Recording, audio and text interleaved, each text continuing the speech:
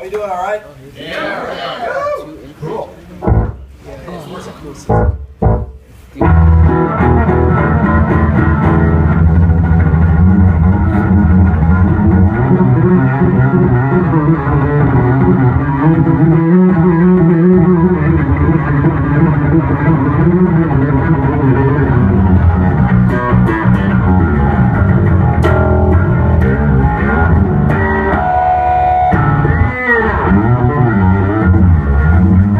go darker. This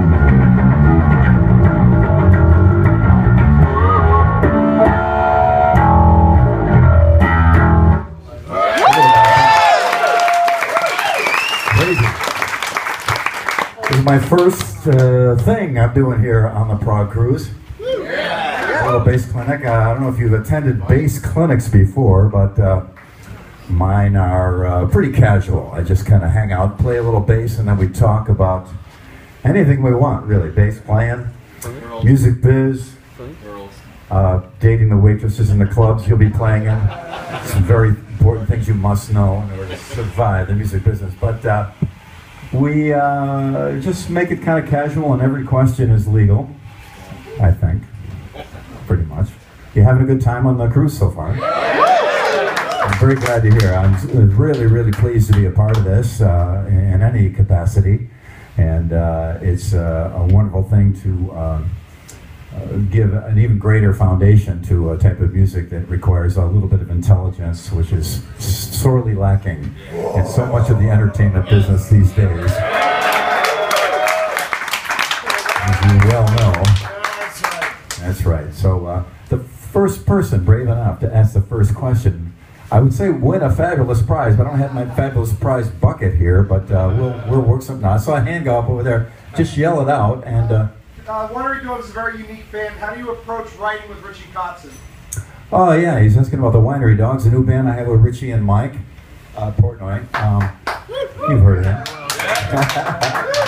We just sat in a room and played the old-fashioned way. Yep. Mike did a little beat, and what about this? And Richie, how about this? And for me, to really write music organically like that, where it just kind of happens, I prefer that to calculating it out. There is much to be said for both ways, or some variation of the two, combination of the two.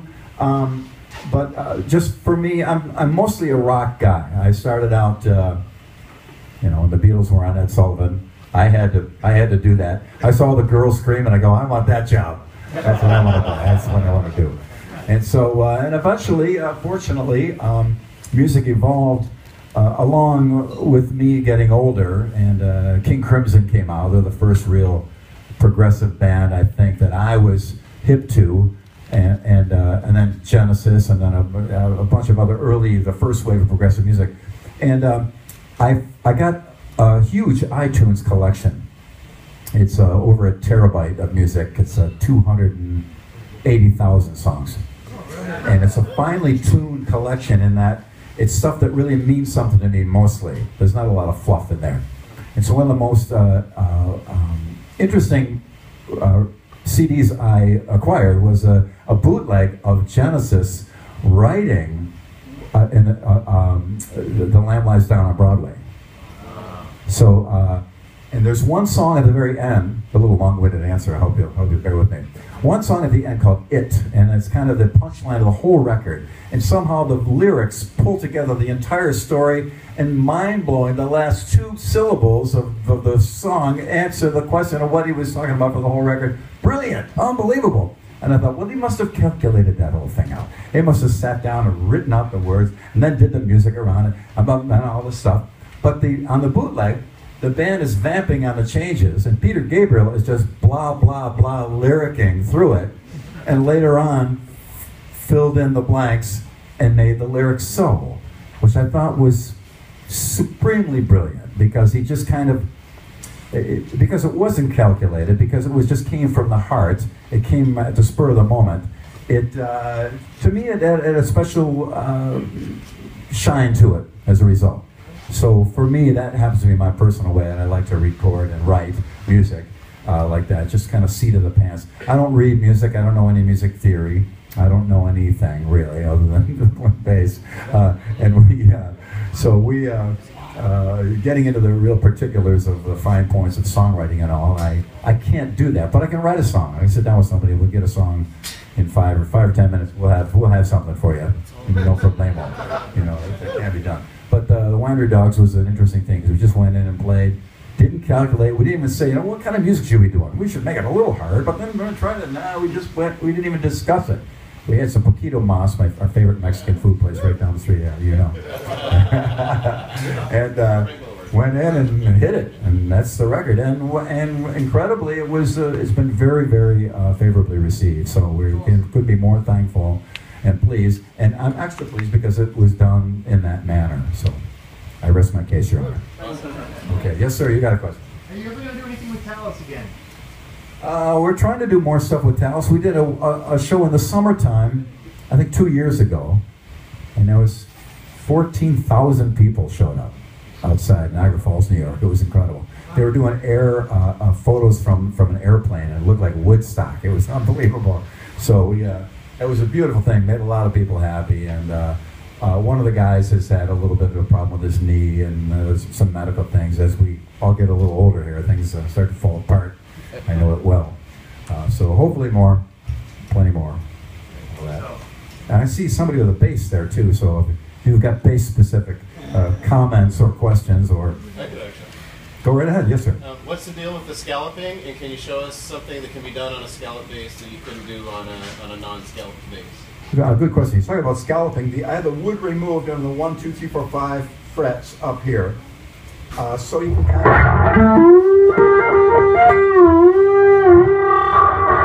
can really get underneath that string, because bass strings are big and heavy. Guitar strings, they're little thin little things, skinny little, and the guitars are small. First time I saw a guitar, I thought, are those for girls? Because the bass strings got big. Nah, I'm only kidding. It's a guitar world. They just let us live in it. We know. Some of our best friends are guitar players too. Okay. But no, it's okay. But I saw John McLaughlin did this years ago in the Intermounting Flame Mahavishnu Orchestra era. He had a Les Paul done like that, and I'd heard about it, and I'd seen a few. A guy in Buffalo did his Les Paul like that in the mid-70s. But I didn't want to lose that much wood. So... that's why just the odds? It's just because the sustain... You're not going to get that kind of sustain with that. I'm going to speak weakens the neck, and I do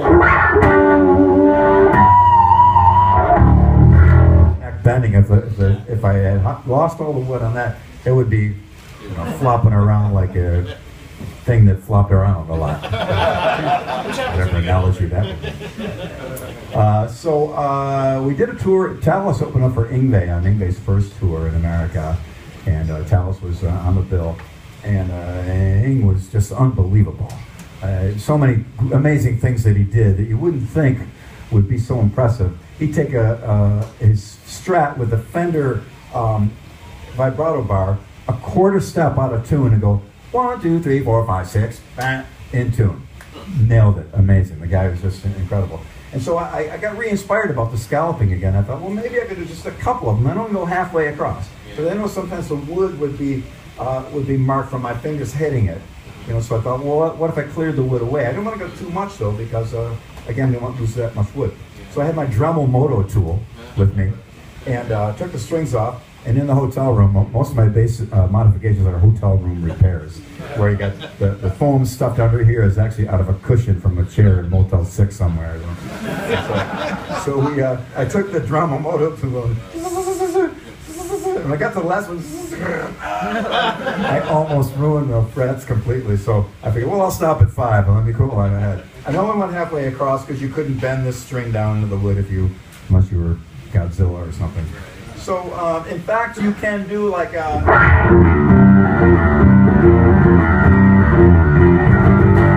the solo for Burn. I would do the keyboard solo on bass. My hands aren't warmed up, so I probably can't do enough, but I'll try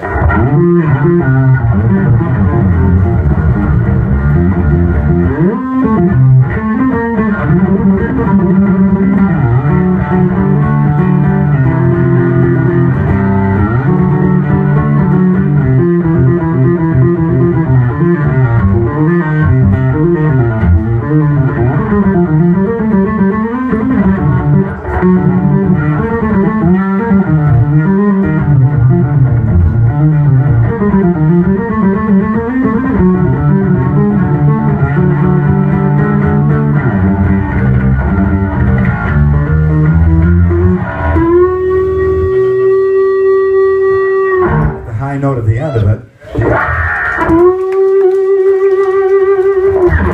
Help me to get that note. So that's one thing that you can do that. Are you bending? You're very forgiving, thank you. Are you bending straight down, or are you giving it a down? I see. But it takes, and you'll rip your hands to shreds Right. doing that. As I play, a lot of times there's lights behind me, and I can see pieces of skin falling as they're playing. And then this little shelf here gets a little layer of snow on it, like there's all skin torn from my hands. So, but I feel good when it does that, though. I feel like I'm actually working for a living, you know, wiggling my fingers around. You have your bass with you. Yeah, I do. Very good. What are you working on? It's an Alembic? Yeah, it's an Olympic. I had an Alembic years ago. Beautiful, amazing instrument. But I actually have a more question about touring. How much time do you spend touring compared to like when you're at home, like on average? Not enough touring. I would tour nonstop if I could, because my hands are only in shape after about 3 solid weeks of touring, and then I can actually play bass. Yes. Where any other time I'm faking it and going to Plan B all the time, because my hands just don't have that kind of strength. And there's only one way to get it, is to stand in front of a crowd and hit it as hard as humanly possible, night after night after night, and then it comes. I've tried to mimic, I rented a room with my amp in there and gone in there 6 hours a day, and then the first show after doing that for a month, my hands were useless. I couldn't do it. So I wish I could tour constantly and play constantly, because I'm only complete when I can actually play. And when I'm not, when I can't play, I'm coping through life. In fact, it's everything to me. So why are you playing a lot now yourself? I'm looking to take up an offer to start auditioning for bands and start touring. Great, yeah, play live. Have you played live a lot already? Yeah, I actually played with you at Playboy Mansion about 2 right on. years ago. Yeah. Yeah, I remember that. Yeah, It was a fantasy camp thing they did at the Playboy Mansion. I was with Tim Bogart. Oh, Tim, my hero. Tim Bogart is the guy I got.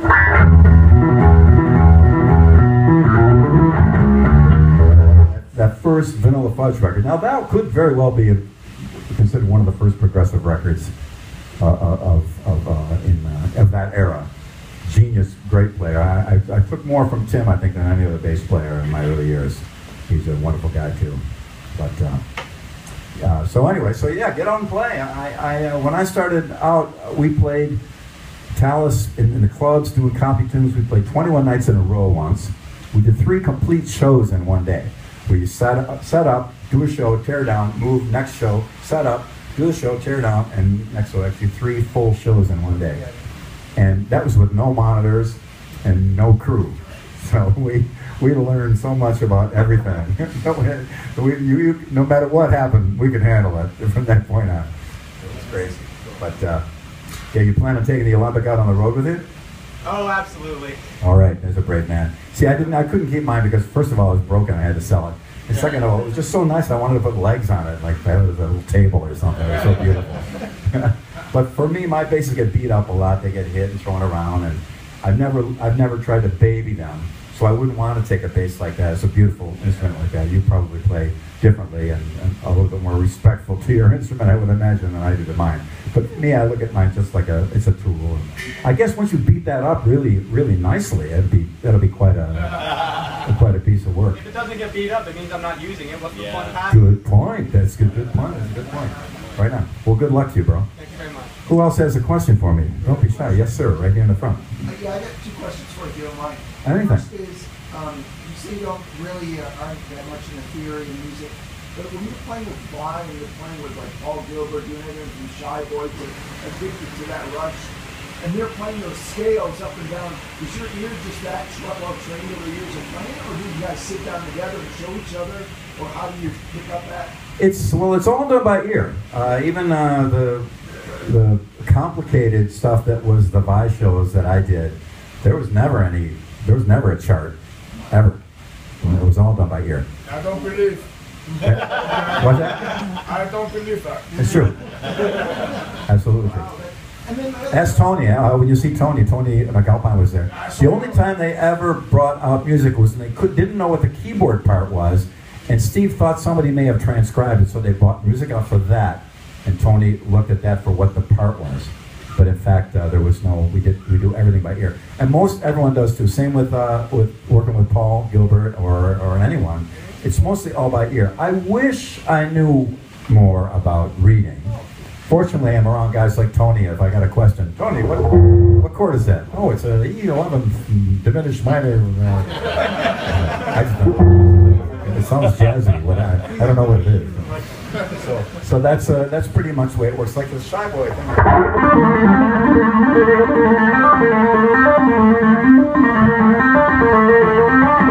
Slow it down long enough and do it piece by piece until you eventually have it.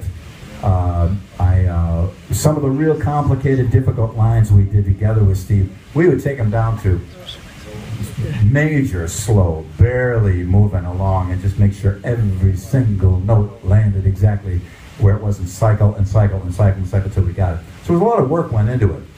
Probably would have been easier if we could have read it, actually, in fact, in the end. But, I just never... Jeff Berlin is a genius bass player and an amazing sight reader. He could pick up a page black with notes and sight sing it in pitch. It's just amazing. And Tony, too. Tony McAlpine, just go like, hey, Tony. He goes, A flat. And I check it, he goes, God damn it, he's right. So he's got incredible ears, but by me being proximity, people get the idea that I know what I'm doing. So it's worked out perfectly. And yes, sir, more? Yes, another question. If you wouldn't mind going through your bass as far as your bass string gauges and your pickups, I noticed you're using stereo out of your jacks right there. If you wouldn't mind just talking about your tour rig, sure. What you use? Yeah, it's pretty simple. Basically, I had a P bass when I first started. But before the P bass got delivered to the music store, they let me take a Gibson EBO bass home, which had the big neck position pickup on it.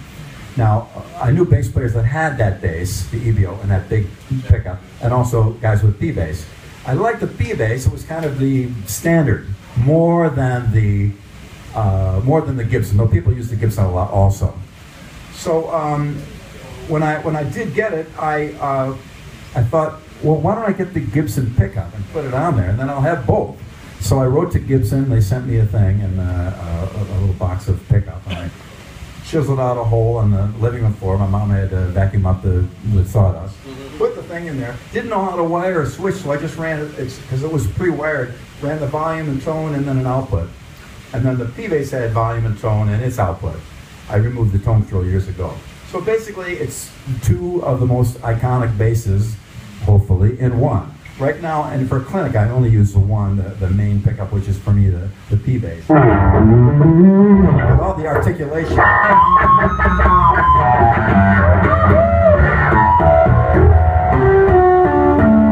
It's all the P-Bass. And then I'll just, it's going to be distorted, but just to illustrate my point, the other pickup, I'll turn the distortion off. It's all like I don't hear it. Oh, I know what. Sorry. Get it backwards.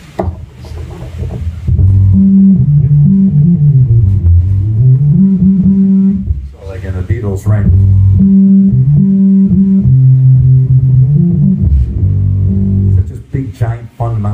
sine wave tone without much articulation. There's no string scrape, or there's no harmonics. They're buried way in there because it's so low. So that, through a separate amp, eventually is what evolved. Initially I put them in 2 channels, but the same speakers doing all that sound kind of got a separate amp, one doing low, one doing high, and that's then I found out later I wasn't the only one that did that. Rickenbacker had the Rico sound. The Olympics were one of the first basses also to do a dual output. They still have a dual output on them?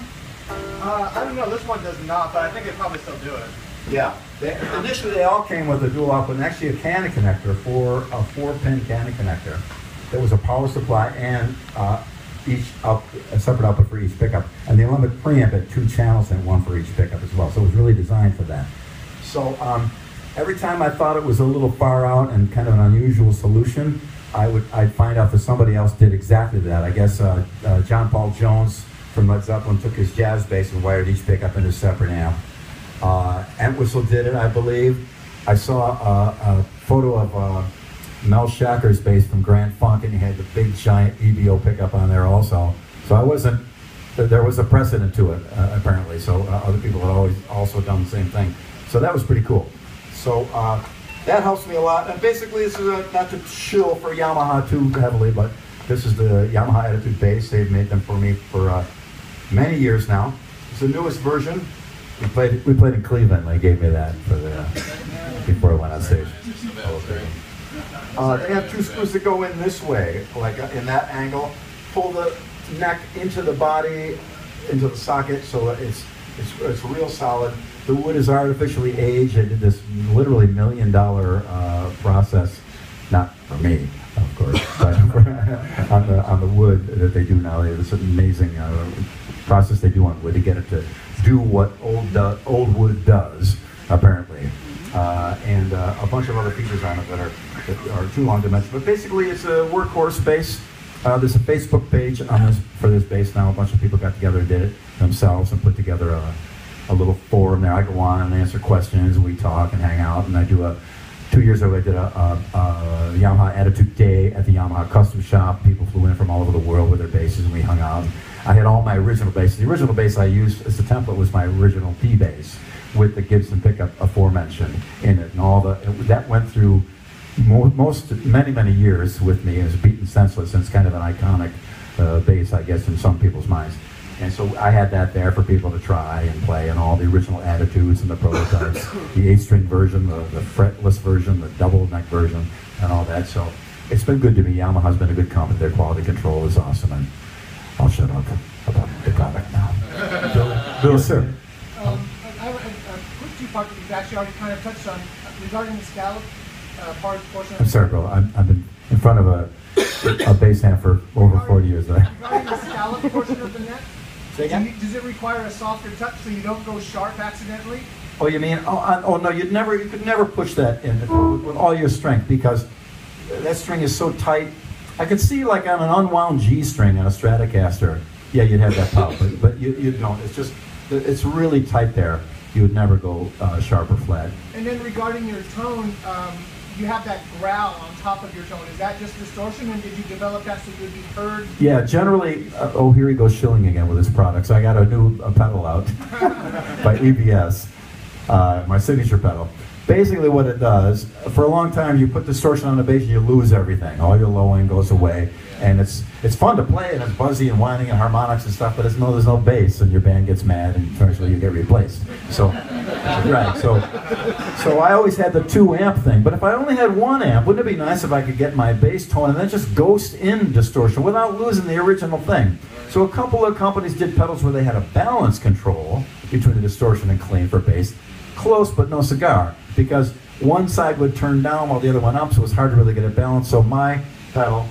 I'm around on the ship, so I'll show it to you, later. We should have like a bass thing where we sit around and bring our basses and hang out, and drink wine.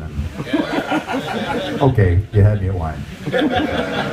But anyway, it's so it has a separate volume for the distortion thingy and a completely separate volume for the clean normal tone. So you get your clean normal tone, and then you ghost in as much distortion as you want, a little tiny bit or a lot.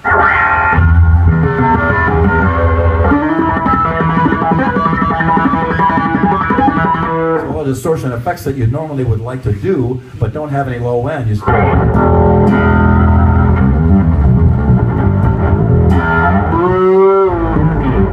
still got both of them there. So the proof is in the pudding. A lot of people that got the pedal went out and did their own little videos on YouTube without me encouraging them one way or the other, and they seem to like it. It seems to work out great for a lot of people, and it's done very well. So I'll have it. If the opportunity comes for you to try it, I'm more than happy to let you check it out. Okay. Yes, sir. Speaking of having that bass tone, not losing that bottom end, yeah. being progressive rock bassist, playing busy like we do, getting paid by the note as we do. Wow, you get paid by the note? I wish I did. Woo! Do you find be my boat. I guess my question is, do you find that you lose articulation from the audience point of view if you have too much low end in your tone? I mean, that's why a piano, the right hand is the high notes, and the left hand is the low, because the low notes, due to the just physics, the sine wave is too big to do a lot of notes, and you're not going to really hear them articulate. It's a lot more delicate to get notes to play fast when they're low. It's a violin or the upper register of a piano or a guitar, you can go like crazy. So it's just the physics of it. But with the double amp setup, it allows you to have, because I trim the low end off one amp, so it allows it to do a lot of stuff without the low end getting in the way. But I got the second amp, so you don't lose the bottom end of the band, and you're still locked in with the drummer. So there is a way. And for me, sometimes people ask, what to go for when you're going for tone.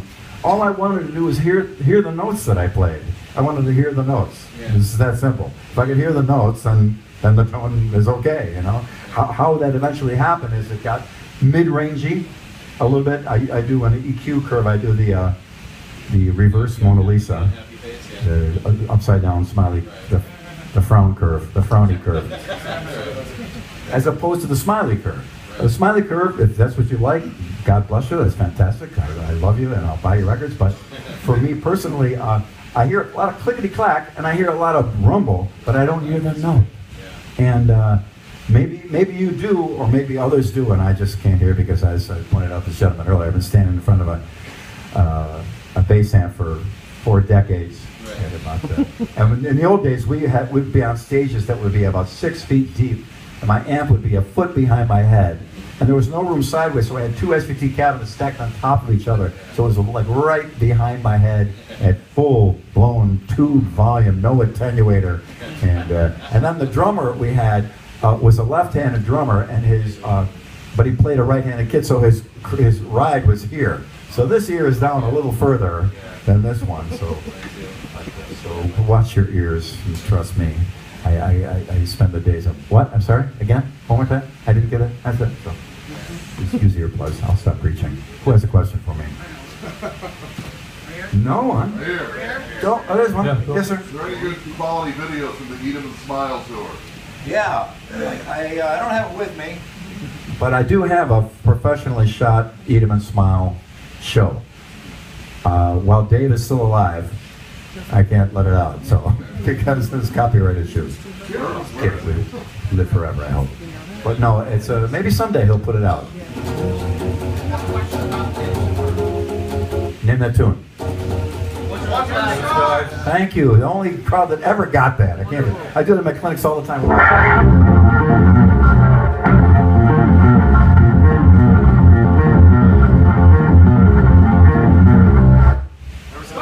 Yeah, right. Thank God. Somebody got it.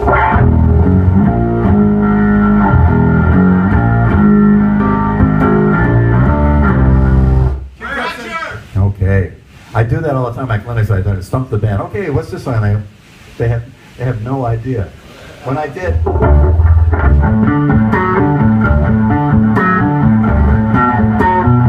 Somebody said, "Is that Sting?"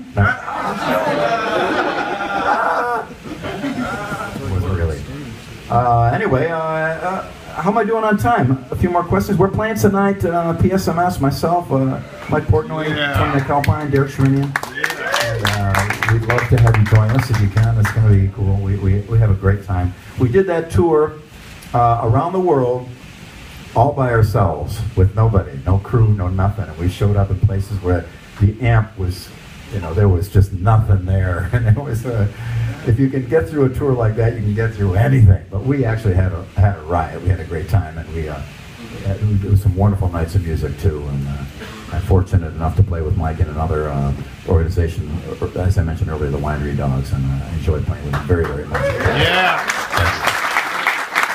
And Tony is mind-blowing, and Derek is an amazing keyboard player and a hilarious comedian too. As well, I hope you get a chance to hang with him a little bit. Any more questions before we play my really, song? I'm sorry, I only want to step up to the mic. You guys are all bassists, so forgive me. I don't want to interrupt the tech talk. But I had the distinct honor of actually growing up as a 5-6-year-old with Billy playing in my basement. And I'm from the Tonawanda crowd in Buffalo, and I would like to personally say, where are you? We love you. I'm over here at the mic. Oh, right there. Over here, man. Oh, that mic. Yeah, yeah. Whereabouts are you from? Tonawanda. Town of Tonawanda. Tonawanda. Right now. Way back in Buffalo. Yeah. And not to put you on the spot, but I obviously as musicians we all have those moments, and the highest we can aspire to is to exalt another musician, maybe to do something that they didn't know they were capable of themselves. I'm wondering if maybe there was a moment through your career, which has been great, and followed it. I'm a drummer, unfortunately. I drew my inspiration from the other guys in the band down there, but drummer drives the band. Drummer's the most important guy in the band, whether we like it or not. That's when the drums don't happen, nothing happens. But you have always been a hometown hero, a true hometown hero of mine. Wonderful. Thank you very much for all the music you have put into my heart. I just well, thank you for being part of the town that inspired me, really. But I can't help but think maybe there was one moment, maybe anecdotally, not to put you on the spot to name one musician, but maybe one experience or jam session that let you know that what you were capable of, and like, wow, this is what I want to do for us tonight. Well, that's a good question. It's tough to. There's a lot of moments, and they all kind of eventually lead up to something.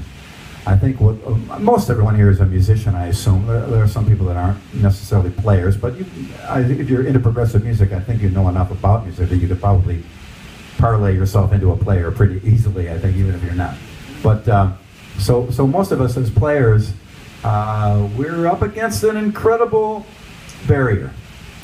The toughest barrier that there is, and that's your own self. How can you conquer self-discipline? You got to sit down and force yourself to do something that hurts, that is not going to pay off. And by payoff I mean artistically, until you've gone through a lot. It's a long road sometimes to get to a point where you get artistic payoff on an instrument. Some people spend their lives trying to do it, but never consider that they actually do. So I think it's a long, long road. I've been very lucky to play with great players. Dennis Chambers on drums. Yep. To me, he's the greatest musician I know on any instrument. I play with him in a band called Niacin. Yeah. It's a pretty cool outfit. We have B3 bass and drums. All the guys in Talas were supreme talents. David Lee Roth with Steve Vai and Dave and Greg Bissonette on drums, amazing. So I got real lucky that I got in with a lot of good people right away, and had great crowds. And I didn't mean to say that just to slough off or do kind of a phony aggrandizement of my hometown, but in fact they were there and came to shows and supported us. And even now, there isn't anything I own under the sun, moon, and stars, or anything I have in the bank or anywhere else, anywhere, that doesn't come from a fan buying a record, a t-shirt, or a ticket. It all came from that. Every bit of everything I have comes from that. And I remember that because back in Buffalo, every dollar of every rent I had to pay came from somebody paying $1 at the door to get in to see Talas on Talas Tuesdays at the Barrelhead in West Seneca, New York, or someplace like that. So, speaking for my wife, she does miss the spandex. Say again? Speaking for my wife, she does miss the spandex. Those were the days. Yeah, actually, we got. You guys were great. I got into the high boots like in the mid '70s before Kiss was around. It was a wacky time. It was kind of a Bowie glam era, and we were out of our minds a little bit, but we enjoyed ourselves. So anyway, anyone last question here before I play some more? And let me get this guy over here because he didn't get a chance. Yes, sir. Would you say at this stage in your career, are there any bass players that still really impress you, that just make your jaw drop? Yeah, but I'm not as familiar with a lot of new guys as I should be, and I apologize. But I still hear stuff by guys from all over the place. Not only bass players, but just musicians. And I've always tried to look at all musicians as kind of equal in some way. So when I see some pianist sit down and do Chopin etudes, I'm going, well, I better get to work, man, because I'm not even close to even thinking that way. So to me, looking at everybody as that kind of inspiration, no matter where they are, so watching somebody do Paganini caprices on violin, I think, well, where do I start on this thing? That's a challenge that you can rise to. But I'm still inspired constantly, mostly classical music. I listen to classical music probably more than anything. But I love Debussy. I was into the rhythmic stuff of Bach early on, but then I got into Debussy Ravel and stuff like that later on. It was more emotional, but I'm still inspired every day, and I still work harder now than I ever did in my life on bass. So at this point in my career, how you began the question, I'm more excited about playing bass than I have ever been, and I spend sometimes endless hours just working things out. And every day I discover some new thing I never knew before. So anytime anybody writes to me, and it's happened a few times, I've been playing bass for 6 months and I'm bored. What should I do? And I write back, quit. I've been playing for 47 years and I'm excited about it still, So there's a lot of sources of inspiration out there. I just heard some Django Reinhardt. It unbelievable guitar playing from, what are the 30s or 40s he was? It's unbelievable. Just amazing stuff. He had 4 fingers on his left hand. Okay, now I feel even worse. But there's still so much incredible, so many incredible sources of inspiration in so many ways. I could list them for a long, long time and bore you to tears, I'm sure. And this gentleman that's almost done with his line. You had another question too. Just a quick one, like what this gentleman here. If you get hired by an artist and the artist just wants you to play root and fifth, real basic, but you want to be more melodic, you want to be more interesting and everything. What's your advice on it to not get fired? Selflessness. I do what they want me to do. Really? Yeah. If they want me to play hold an E string while I solo, I do that. Yeah. If they want me to do more, I'll do that. But I just think it's important. When I played with Steve Vai, there was a lot of stuff that he did which required for a long period of time. And I started getting the callus on the side of my thumb. I called the Steve Vai callus. We do these long, involved, genius, amazing stuff. And I'm back there. But I remember the first couple shows I did with him, I moved around a little bit thinking, well, he's probably going to want a little movement underneath him there to spice things up, right? And Steve would turn around and look at me like, oh, nope. So I just said, okay, God damn it, I'm going to do it exactly the way he wants it. And it was great. It was great. It's not necessarily the kind of music I gravitate towards, but forcing myself to the discipline of playing that and stepping back and being selfless. Just when you are able to exhibit some of yourself later on, it has much greater depth, in my humble opinion. Because I think to assert yourself is to shoot yourself in the foot. It'll come naturally and it'll happen naturally. And the things that you do that you want to do, you will find a place for them, and there will be a spot. But to assert it and jump out ahead of the game is not always a wise thing to do. But I enjoy a challenge of pulling back and shutting the up if I have to. So, Mike, it's not for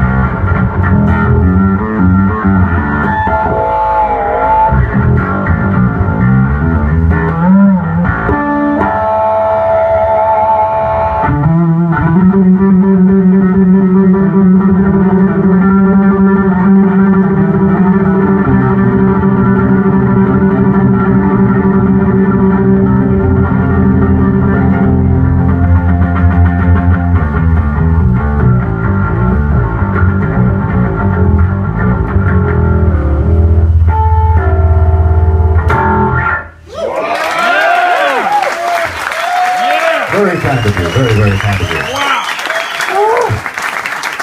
Well, thank you very much for attending. I hope you heard something that was a bit interesting here or there. Again, I'm very, very pleased and happy to be a part of this cruise and to be a part of the group that we all are that loves great music.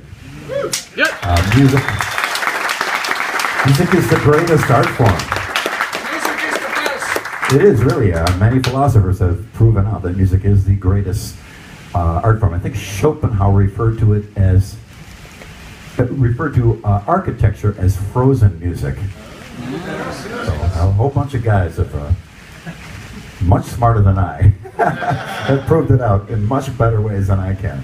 But I'm so glad that you're here and a part of this, and we're going to be playing tonight. I hope you enjoy yourselves.